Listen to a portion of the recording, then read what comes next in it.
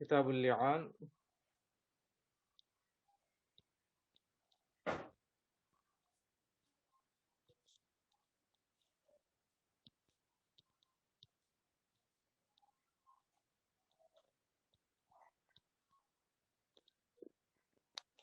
باب اللعان میں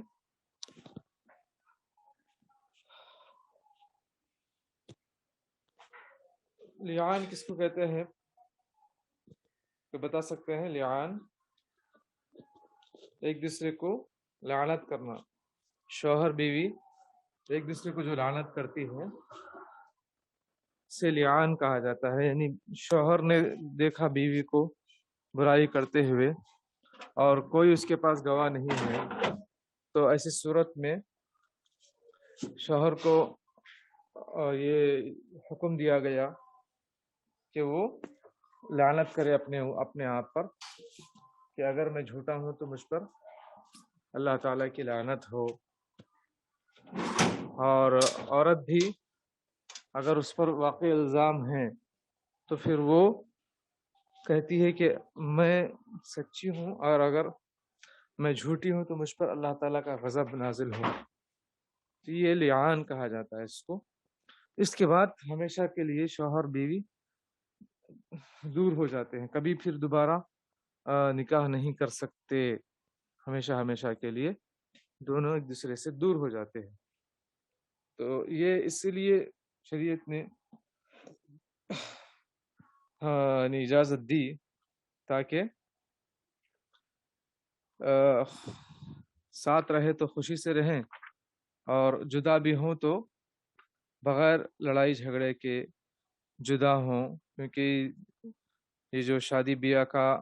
مسئلہ ہے، زندگی کا مسئلہ ہے، ہمیشہ ساتھ رہتے ہیں تو اختلافات رکھتے ہوئے وہ ساتھ رہنا مشکل ہے۔ اسی لیے شریعت مطہرہ ہمیں اس بات کا حکم دیتی ہے کہ رہے تو خوشی سے رہیں، اور نہ جدا ہوں تو پھر شریعت کی روشنی میں جدا ہوں۔ لائٹ ڈالو۔ تو یہ شریعت کا مسئلہ ہے باب اللعان، جو گزشتہ کلاس میں ہم نے اس کو کچھ اس کی تفصیلات پڑھی اور کچھ احادیث باقی رہ گئے تھے، انشاءاللہ اس کو آج مکمل کرتے ہیں۔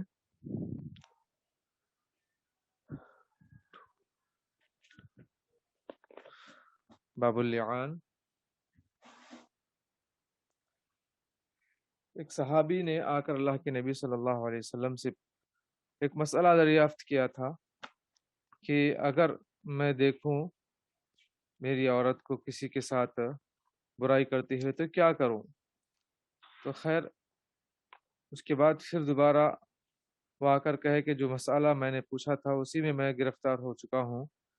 لہٰذا مجھے اب اس سلسلے میں مسئلہ بتلائیے۔ تو اللہ عز و جل نے قرآن کی آیتیں نازل فرمائی۔ سورہ نور کی ابتدائی آیات میں اللہ عز و جل نے فرمایا کہ جو مومن عورتوں پر الزام لگاتے ہیں اور ان کے پاس کوئی گواہ نہیں ہے تو پھر جو ہے ان کے لیے سخت عذاب ہے، سخت سزا ہے کہ کبھی ان کی یعنی شہادت کو قبول نہیں کی جائے گی، اور وہ فاسق لوگ ہیں۔ اور اگر انہوں نے کسی عورت کو زنا کرتے ہوئے دیکھا ہے کسی شوہر کے ساتھ، کسی مرد کے ساتھ، اور ان کے تو چاہیے کہ انہیں 4 مزید گواہ لے کر آئیں، اور اگر ان کے پاس گواہ نہیں ہے تو پھر یہ لوگ فاسق ہیں، ان کو 80 کوڑے لگائے جائیں گے۔ اس کے بعد اگر توبہ کر لیں، اصلاح کر لیں تو پھر ان پر کوئی مضائقہ نہیں ہے، اللہ تعالیٰ معاف کرنے والا، رحم کرنے والا ہے۔ یہ کوئی اور الزام لگائے تو عورت پر، اور شوہر خود الزام لگائے تو اس کے لیے ممکن نہیں ہے کہ وہ 4 گواہ پیش کرے، تو پھر اسی لیے 4 مرتبہ اللہ تعالیٰ کی قسم کھانے کا حکم دیا گیا کہ وہ سچوں میں سے ہے، 5ویں مرتبہ شوہر کہے کہ اگر وہ جھوٹوں میں سے تو اس پر اللہ کی لعنت ہو۔ تو اس طریقے سے عورت بھی اگر اللہ تعالیٰ کی شہادت دے لے، اللہ تعالیٰ کے نام سے قسم کھائے کہ میں نے ایسا نہیں کیا ہے، وہ جھوٹوں میں سے ہے، اور پانچویں مرتبہ کہے کہ اگر وہ سچوں میں سے ہے تو مجھ پر اللہ تعالیٰ کا غضب نازل ہو تو پھر اس سے بھی عذاب کو ہٹا دیا جاتا ہے۔ تو یہ باب اللعان کے احکامات تھے۔ اس کے بعد بچہ کس کے حوالے کیا جائے گا مسئلہ ہے، یہ اس شوہر کے کا ہوگا یا پھر عورت کا ہوگا۔ تو یہ مسائل چل رہے تھے، تو انشاءاللہ اسی کے متعلق مزید آگے دیکھتے ہیں۔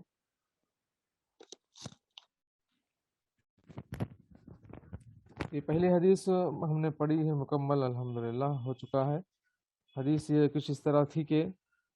حضرت عبداللہ بن عمر رضی اللہ عنہما کہا کہ ایک شخص نے سوال کیا، اے اللہ کے رسول صلی اللہ علیہ وسلم، اگر ہم میں سے کوئی اپنی بیوی کو برائی کرتے ہوئے پائے تو کیا کرے؟ اگر وہ بات کرے تو بہت بڑی بات ہے، نہایت قبیح فعل ہے، اور اگر وہ خاموش رہے تو اس طرح خاموش بھی رہنا مشکل کام ہے۔ تو آپ صلی اللہ علیہ وسلم نے تو جواب نہیں دیا، لیکن کچھ دنوں بعد وہی آ کر کہتا ہے کہ جس کے بارے میں نے سوال کیا ہے اسی میں گرفتار ہو چکا ہوں، اسی میں مبتلا ہو چکا ہوں۔ تو اللہ تعالیٰ نے سورہ نور کی آیت نازل فرمائی۔ اللہ کے نبی صلی اللہ علیہ وسلم نے ان دونوں کو بلا کر پہلے نصیحت کی اور اللہ تعالیٰ کے عذاب کی اور دنیا کے عذاب کے بارے میں وضاحت کی کہ دنیا کا عذاب ہلکا ہے آخرت کے عذاب سے، لہٰذا جھوٹ مت بولو، کسی پہ الزام مت لگاؤ۔ تو وہ کہتے کہ میں نے جھوٹ نہیں کہا، میں سچ کہتا ہوں۔ پھر اس عورت کو بھی بلا کر نصیحت کرتے ہیں اور کہتے ہیں کہ جو ہے دیکھو اس ذات کی قسم جس کے ہاتھ میں میری جان ہے، تو کہ تم سچ سچ بولو، دنیا کا عذاب ہلکا ہے آخرت کے عذاب سے۔ تو کہتی ہے کہ نہیں، وہی جھوٹا ہے۔ اللہ کے نبی صلی اللہ علیہ وسلم نے کہا کہ ٹھیک ہے، اب دونوں میں سے جو شوہر سے کہا کہ تم قسم کھاؤ 4 مرتبہ کہ اللہ کو گواہ رکھ کر کے تم سچوں میں سے ہے، اور پھر اس کے بعد پھر عورت سے کہا کہ تم پھر قسم کھاؤ۔ تو اس کے بعد اللہ کے نبی صلی اللہ علیہ وسلم نے دونوں کو الگ کر دیا۔ تو یہ جو ہے واقعہ اس میں موجود ہے۔ اور اس کے بعد اللہ کے رسول صلی اللہ علیہ وسلم نے ایک حدیث میں کہا، یہ بھی حدیث ہم نے پڑھ لی ہے عبداللہ بن عمر رضی اللہ عنہ کی، کہ دیکھو اب دونوں نے بھی جو ہے اللہ تعالیٰ کو گواہ رکھتے ہوئے قسم کھائی ہے کہ وہ سچا ہے اور دوسرا جھوٹا ہے، تو لہٰذا اب تمہارا حساب اللہ کے ذمے ہے، پکا تم میں سے کوئی ایک تو جھوٹا ہے، لیکن کوئی راستہ بھی نہیں ہے اس کے جھوٹے کو اس کے جھوٹ کو ثابت کرنے کا۔ تو بہرحال اللہ کے نبی صلی اللہ علیہ وسلم نے دونوں کو جدا کر دیا۔ اور ایسی صورت میں اگر شوہر نے مہر دیا تھا تو مہر واپس لینے کا کیا حکم ہے؟ تو صحابہ نے پوچھا اللہ کے نبی صلی اللہ علیہ وسلم، میرا مہر میں نے اس کو دیا تھا، تو کہا کہ جو ہے تم نے جو اس سے نکاح کیا، مصاحبت کی، تو یہ اس کے برابر ہو گیا، اور اگر تو سچا ہے، اور اگر تو جھوٹا ہے تو بالکل ملنے والا ہی نہیں ہے تجھ کو وہ مال۔ اس کے بعد یہ کس کے اولاد کس کے حوالے ہوگی، اس سلسلے میں مسئلہ ہے، اور یعنی یہ جو اللہ کے نبی صلی اللہ علیہ وسلم کے پاس جو مسئلہ درپیش ہوا تھا، تو قیافہ کے ذریعے سے پہچانا گیا، یعنی لڑکے کے پیروں کو دیکھ کر، اس کی شباہت کو دیکھ کر بتایا گیا کہ کس کے طرح یعنی بچہ ہے، تو شوہر کا ہے یا کسی اور مرد کا ہے۔ تو اس حدیث میں انس رضی اللہ عنہ فرماتے ہیں کہ نبی کریم صلی اللہ علیہ وسلم نے فرمایا کہ عورت پر نظر رکھو، اگر اس نے سفید رنگ کا سیدھے بالوں والا بچہ جنم دیا تو وہ اس کے شوہر کا ہے، اور اگر اس نے ایسا بچہ جنم دیا جس کی آنکھیں سرمگی ہیں، یعنی سرمے کی جیسا اس کی آنکھوں میں سرما لگا ہوا، اگر ایسا کچھ ہے اور بار گھنگریالے ہے، تو پھر وہ بچہ اس شخص کا ہوگا جس کے متعلق اس شوہر نے تہمت لگائی ہے۔ تو جب عورت نے بچے کو جنم دیا تو اس پر نظر رکھا گیا، تو معلوم ہوا کہ جو ہے بعد میں کہ وہ یہ اس مرد کا ہی بچہ تھا جس شوہر نے اس پر الزام لگایا تھا، یعنی اپنی عورت پر الزام لگایا تھا، تو اسی کا ہے۔ تو پھر جو ہے بچہ وہی زانی کا ہوا جو سرمگی آنکھوں والا، گھنگریلے بالوں والا پیدا ہوا تھا، پتلی پنڈلیوں والا تھا، جیسے کہ صحیح مسلم میں بھی حدیث موجود ہے۔ تو اس سے دلیل یہ ملتی ہے کہ اگر کوئی یعنی سچ ثابت کرنے کے لیے یا جھوٹ کو واضح کرنے کے لیے کوئی دلیل نہیں ہے تو قیافہ قابل اعتبار اور قابل لحاظ ہے، جبکہ کوئی اس پر مانے نہ ہو، شریعت کی نظر میں کوئی چیز اس پر رکاوٹ نہ ہو، تو ایسی صورت میں کیا ہے، وہ قابل اعتبار ہے۔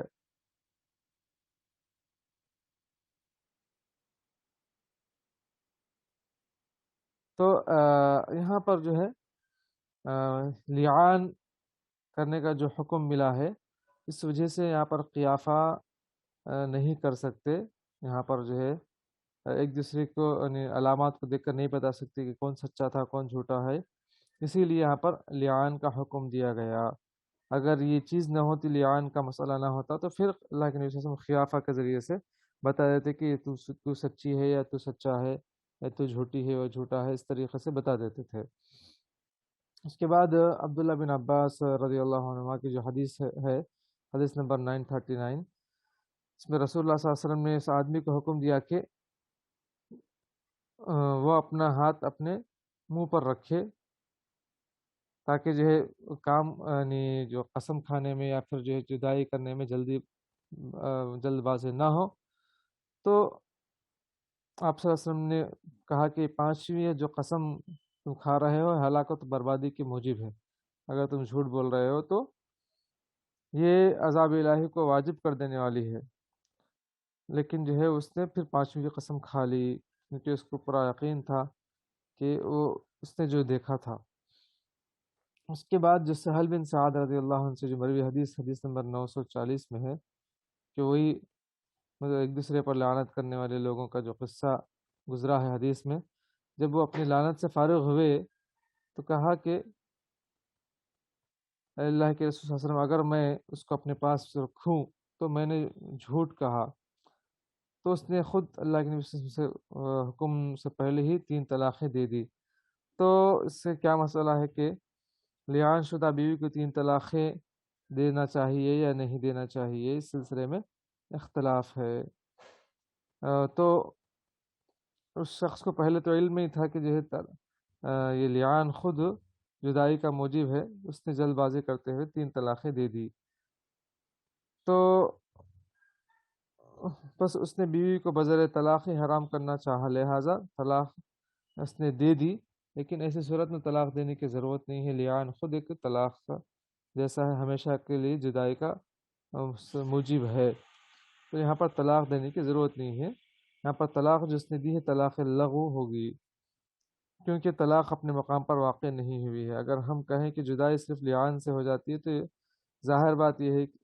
ہے، اور اگر کہیں کہ تفریق حاکم اور عدالت کے ذریعے واقع ہوتی ہے تو پھر معلوم شدہ ہے کہ لعان کے بعد نکاح کے باقی رہنے کا کوئی امکان نہیں، اور نہ اس کے ہمیشہ رہنے کی کوئی سبیل ہے، بلکہ لعان نکاح کے تعلق کو منقطع کر دیتا ہے اور عورت ہمیشہ کے لیے حرام ہو جاتی ہے۔ اس لیے 3 طلاقیں مقصد لعان کو مؤکد کرنے کے لیے یہاں پر ہے، یعنی اس لعان کو ثابت کرنے کے لیے اور تاکید پیدا کرنے کے لیے اس نے 3 طلاق دی تھی۔ اس قسم کے نکاح میں طلاق کا نافذ ہونا لازم نہیں کرتا ہے،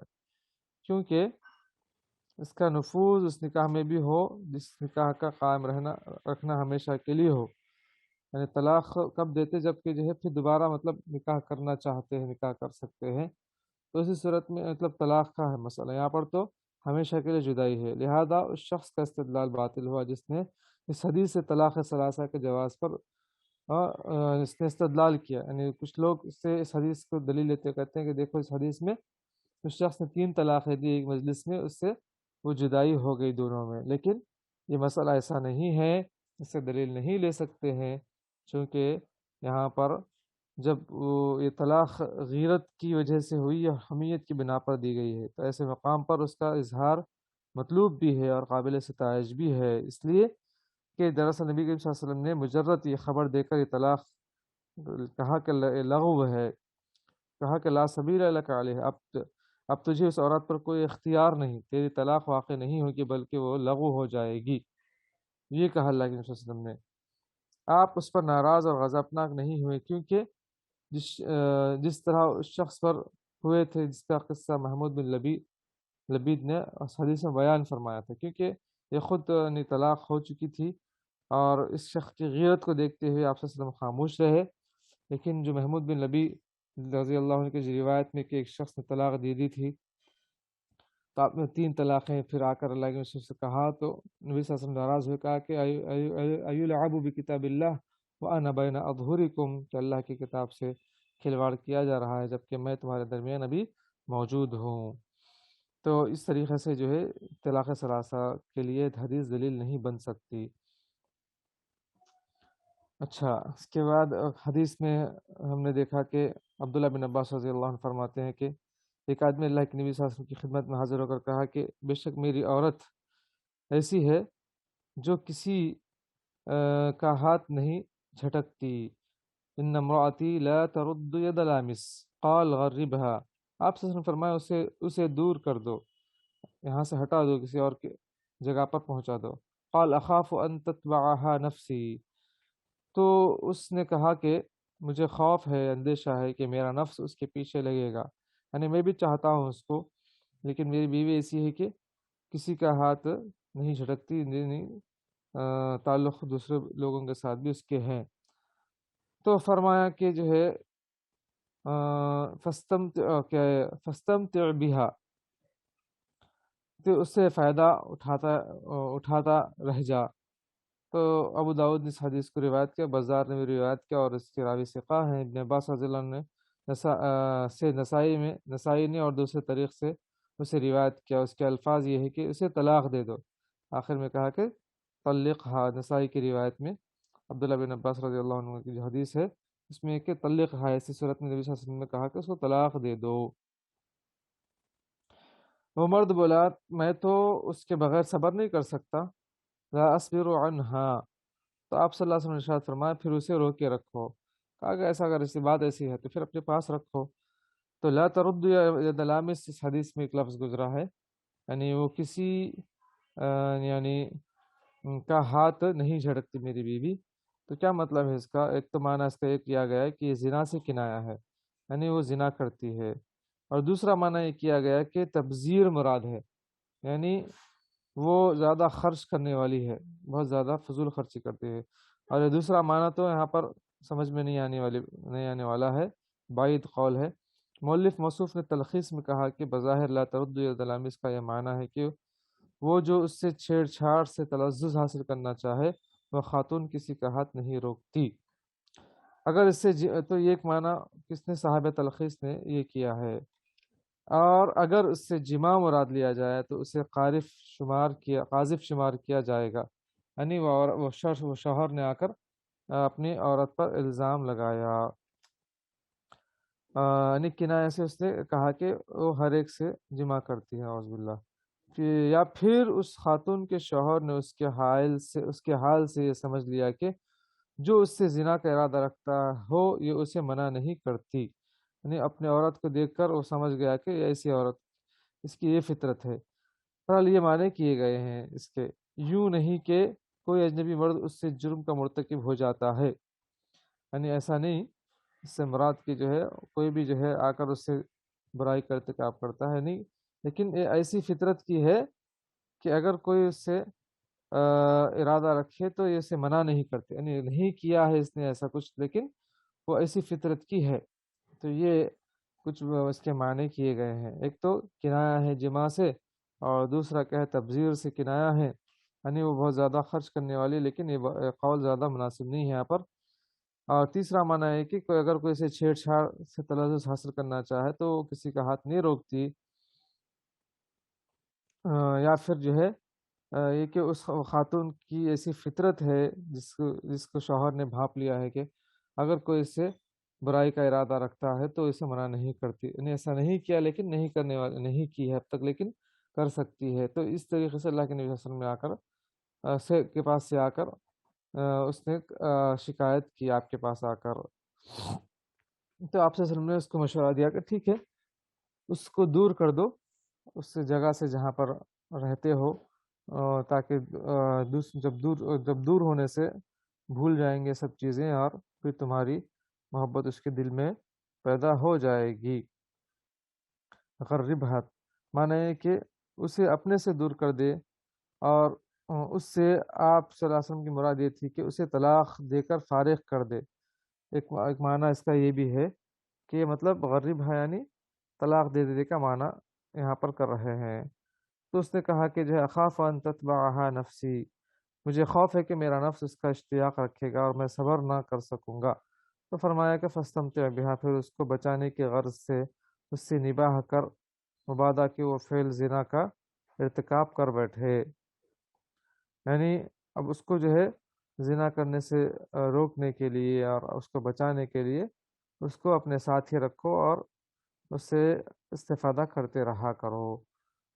بہرحال یہاں پر جو ہے کچھ عورتوں کی ایسی صفات ہوتی ہے جس کا یہاں پر تذکرہ کیا گیا ہے۔ تو طلاق اگر دیں تو پھر وہ صبر بھی نہیں کر سکتا، اس کے بغیر نہیں رہ سکتا، تو ایسی صورت میں کیا ہے اس کو اپنے ساتھ ہی رکھ کر اس کو گناہوں سے بچاتے رہو۔ اس کے بعد کی جو حدیث ہے پڑھنا ہے ہمیں وہ یہ ہے، عن ابی ہریرہ رضی اللہ عنہ انه سمع رسول الله صلی اللہ علیہ وسلم يقول حين نزلت آیت المتلاعنین ایما امرأة ادخلت على قوم من ليس منهم فليست من الله في شيء ولن يدخلها الله جنته وأيما رجل جحد ولده وهو ينظر إليه احتجب الله عنه وفضحه على رؤوس الأولين والآخرين اخرجہ ابو داؤد والنسائی ابن ماجہ وصححہ ابن حبان۔ ابو ہریرہ رضی اللہ عنہ سے روایت ہے کہ جب لعان کرنے والوں کے بارے میں آیت نازل ہوئی تو انہوں نے رسول اللہ صلی اللہ علیہ وسلم سے سنا، آپ صلی اللہ علیہ وسلم فرما رہے تھے کہ جو عورت کسی قوم میں ایسا بچہ لا داخل کرے، جو عورت کسی قوم میں ایسا بچہ لا داخل کرے یعنی زنا کا ارتکاب کر کے، جو اس میں سے نہ ہو یعنی اس کے نسل سے نہ ہو،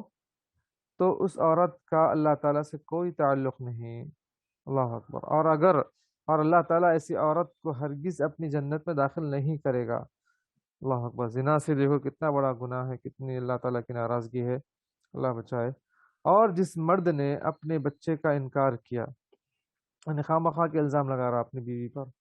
اور اپنے بچے کا انکار کر رہا ہے جبکہ وہ بچہ اس کی طرف دیکھ رہا ہو، یعنی اسی کا بچہ ہو، تو قیامت کے روز اللہ تعالیٰ اس سے پردہ فرما لے گا اور اسے اپنی پہلی اور پچھلی ساری مخلوق کے سامنے رسوا اور ذلیل کرے گا۔ اس حدیث کو ابو داؤد نے روایت کیا، نسائی نے، ابن ماجہ نے اور ابن حبان نے اس حدیث کو صحیح کہا۔ تو ایوب امرأۃ ادخلت علی قوم من لیس منہم، تو یہ اس کا مطلب کیا ہے، جو عورت زنا سے حاملہ ہو جائے اور شوہر کو اس کا شعور ہی نہ ہو اور وہ یہ سمجھتا رہے کہ بچہ اس کے نطفے سے ہے یعنی اسی کا بچہ ہے،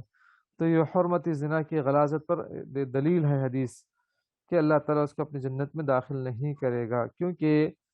یہ سبب ہے بچے کا اس قوم میں لا گھسانے کا جو دراصل اس قوم کا نہیں ہے، یعنی اس خون کا نہیں ہے، اس نسل کا نہیں ہے،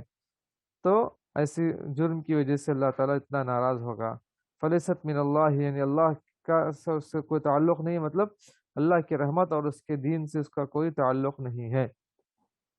اور اگر شوہر بھی اگر اپنے بچے کا خود انکار کرے اور اس کی نفی کرے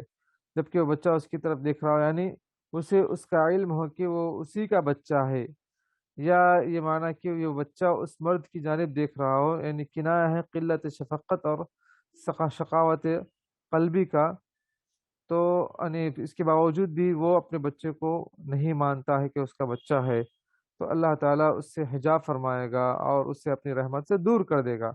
اور اسے ذلیل و رسوا کرے گا۔ تو یہ یعنی نسب میں دخل اندازی کرنے کا اتنا بڑا گناہ ہے جو اللہ تعالیٰ اس عورت کو اپنی جنت میں داخل نہیں کرے گا۔ اور اگر کوئی اپنا ہی بچہ ہے، شک کرتے ہوئے اپنی بیوی پر، اپنے بچے کو اپنی طرف منسوب کرنے کے بجائے اس کو چھوڑ دیتا ہے، تو ایسے شخص کے لیے بھی اس میں وعید بیان کی گئی ہے، تو لہٰذا سچائی کا مظاہرہ کرے اور غلط کاموں سے پرہیز کریں۔ اس کے بعد کی حدیث دیکھیں، عن عمر رضی اللہ تعالی عنہ قال من اقر بولده طرفة عین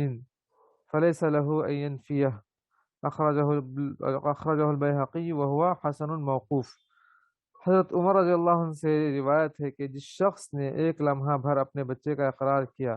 پھر اسے اس کی نفی کرنے کا کوئی اختیار نہیں۔ اس حدیث کو امام بیہقی نے روایت کیا ہے اور یہ روایت حسن درجے کی ہے اور موقوف روایت ہے، یعنی صحابی سے یہ مروی حدیث ہے، نبی صلی اللہ علیہ وسلم سے نہیں ہے۔ اچھا، طرفت عین یعنی اتنا ٹائم کہ پلکوں کو بند کر کے کھولنے تک کا جو وقت ہے، یعنی اتنی دیر بھی اگر اپنے بچے کو بچہ کہہ دیا، بس اتنی سی مقدار کے مساوی، تو بچہ تسلیم کر لے اور اقرار کر لے کہ وہ بچہ واقعتاً اسی کا ہے، پھر واقعتاً ساری عمر کے لیے اسی کا ہو جاتا ہے۔ ابو ہریرہ رضی اللہ عنہ سے مروی ہے کہ ایک صحابی ہے، کیا ہے، صاد میم فا میم، فم بن قتادہ، صحابی بعض شبہات کی بنا پر اپنے بچے کا انکار کرنا چاہتے تھے مگر رسول اللہ صلی اللہ علیہ وسلم نے اسے انکار کرنے نہیں دیا تھا، جیسا کہ اس کے بعد کی حدیث میں یہ بات آ رہی ہے۔ عن ابي هريره رضي الله عنه ان رجلا قال يا رسول الله ان امرأتي ولدت غلاما اسود، قال هل لك من ابل؟ قال نعم، قال فما الوانها؟ قال حمر، قال هل فيها من اورق؟ قال نعم، قال فأنى ذلك؟ قال لعله نزعه عرق، قال فلعل ابنك هذا نزعه عرق، متفق عليه في رواية لمسلم وهو يعرض بأن ينفيه، وقال في آخره ولم يرخص له في الانتفاء منه۔ ابو ہریرہ رضی اللہ عنہ سے مروی ہے کہ ایک شخص نے عرض کیا اللہ کے رسول صلی اللہ علیہ وسلم، میری بیوی نے کالے رنگ کا بچہ جنا ہے، یعنی شک کرتا تھا اپنی بیوی پر، تو بچہ جب کالا پیدا ہوا تو کہا کہ جو ہے میری بیوی نے کالے رنگ کا بچہ جنا ہے۔ آپ صلی اللہ علیہ وسلم نے اس سے پوچھا کیا تمہارے پاس کچھ اونٹ ہے؟ تو اس نے کہا ہاں۔ آپ صلی اللہ علیہ وسلم نے فرمایا ان کے رنگ کیا ہیں؟ اس نے کہا سرخ ہے، لال ہے۔ آپ صلی اللہ علیہ وسلم نے دریافت فرمایا ان میں کوئی خاکستری رنگ کا بھی ہے، یعنی مٹی کے جو رنگ کا بھی ہے؟ تو اس نے کہا ہاں۔ آپ صلی اللہ علیہ وسلم فرمایا دریافت فرمایا وہ رنگ کہاں سے آ گیا، یعنی وہ بچہ، وہ اونٹوں کا جو ہے وہ رنگ کا بچہ کہاں سے پیدا ہوا؟ حالانکہ جو ہے پورے اونٹ سرخ ہیں لیکن ایک خاکستری رنگ کا جو بچہ کہاں سے آ گیا؟ تو وہ بولا کوئی رگ اسے کھینچ لائی ہے، یعنی کہ خاندان میں کوئی باپ دادا اس طرح تھے تو اس کا خون اس میں آ گیا۔ تو آپ صلی اللہ علیہ وسلم فرمایا پھر تیرے اس بیٹے کو بھی کوئی رگ کھینچ لائی ہوگی، یعنی کسی ہمارے خاندان میں باپ دادا کا کسی کا اس طرح کا تھا ہوگا کلر، تو اس وجہ سے اس کا خون اس میں آ گیا، تو اس وجہ سے اس کا کلر ایسے ہو گیا۔ بخاری مسلم کی حدیث ہے۔ مسلم کی ایک روایت میں ہے وہ اس بچے کی نفی کی طرف اشارہ کر رہا تھا، یعنی میری بیوی نے کالے رنگ کا بچہ جنا ہے، مطلب یہ کہ جو ہے وہ بچہ میرا نہیں ہے۔ تو اس روایت کے آخر میں آپ صلی اللہ علیہ وسلم نے فرمایا کہ تم اپنے پاس ہی رکھو، یعنی اسے نفی کی رخصت اور اجازت نہیں دی، کہا کہ جو ہے تم اپنے پاس سے تمہارا بچہ ہے، ایسا کوئی مسئلہ نہیں ہے، کوئی اختلاف والا مسئلہ نہیں ہے۔ تو جو پوچھا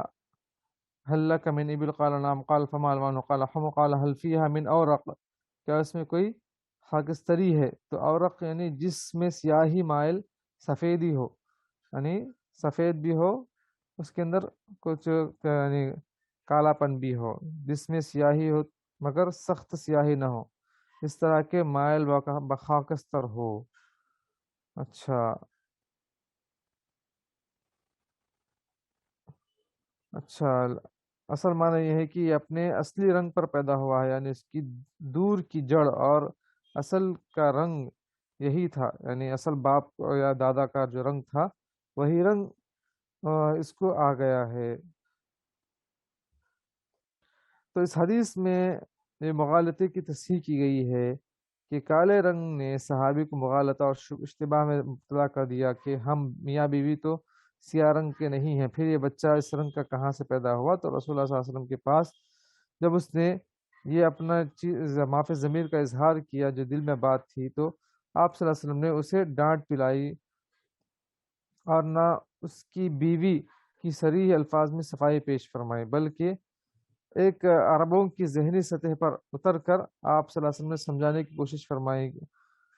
اور اس کوشش میں کامیاب رہے کہ سفید رنگ کے زوجین کی یہاں سیاہ رنگ بچے کی پیدائش بچے کی ماں کی بدکاری اور بدچلنی پر دلالت نہیں کرتی، یہ خاندانی اثرات ہوتے ہیں جو کبھی بہت دور نسل میں نمایاں ہو جاتے ہیں،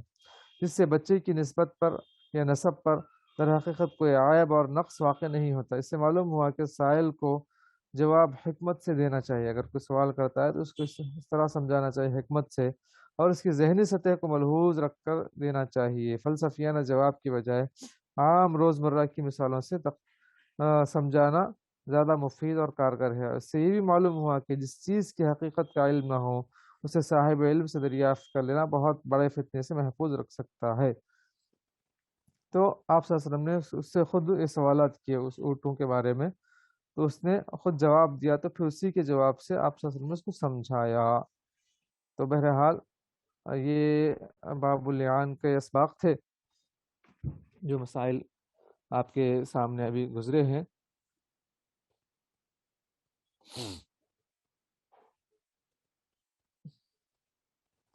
اور اگر سمجھو کہ جو ہے اس سلسلے میں اگر ایسا لعان کے مسئلے میں اگر کوئی زنا کا کسی پر الزام لگائے تو اور ثابت ہو جائے وہ لڑکا جو ہے لڑکی عورت نے زنا کیا، تو ایسی صورت میں وہ یعنی اس عورت کا ہی جو ہے اس کی طرف ہی جو ہے منسوب ہوگا، اور زنا کار کے لیے یعنی نہیں ہوگا، اولاد اسی ماں کی ہوگی۔ اذا ولدت زوجة انسان او امته مولودا يمكن كونه منه فإنه يلحقه نسبه ويكون ولدا له، وذلك كأن تلده على فراشه لقوله صلى الله عليه وسلم الولد للفراش۔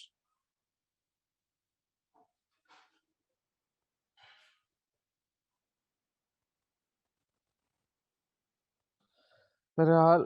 ایسی صورت میں جو ہے یعنی ہمیں بہت ہی سوچ سمجھ کر آگے بڑھنا چاہیے، مسائل کو قرآن و سنت کی روشنی میں سمجھتے ہوئے حل کرنے کی کوشش کرنی چاہیے۔ خواہ مخواہ کے عورتوں پر الزام لگانا بھی درست نہیں ہے، اور اس طرح اپنی یعنی جو خوشحال زندگی کو اس کے اندر یعنی اس کے اندر جو ہے اس طرح سے جو چیزیں پیدا کر کے پریشان ہونے کی ضرورت نہیں ہے۔ الحمدللہ یہ جو ہے باب اللعان کا مسئلہ چل رہا تھا، بہت سی احادیث کی روشنی میں الحمدللہ یہ بات واضح ہو چکی ہے کہ طلاق کے مسائل کے بعد ایک مسئلہ ہے، اور اس کے علاوہ اور بھی جو ہے رضاعت کے مسائل ہیں، اور بھی بہت سے مسائل ہیں، انشاءاللہ آگے کلاس میں ہم پڑھیں گے۔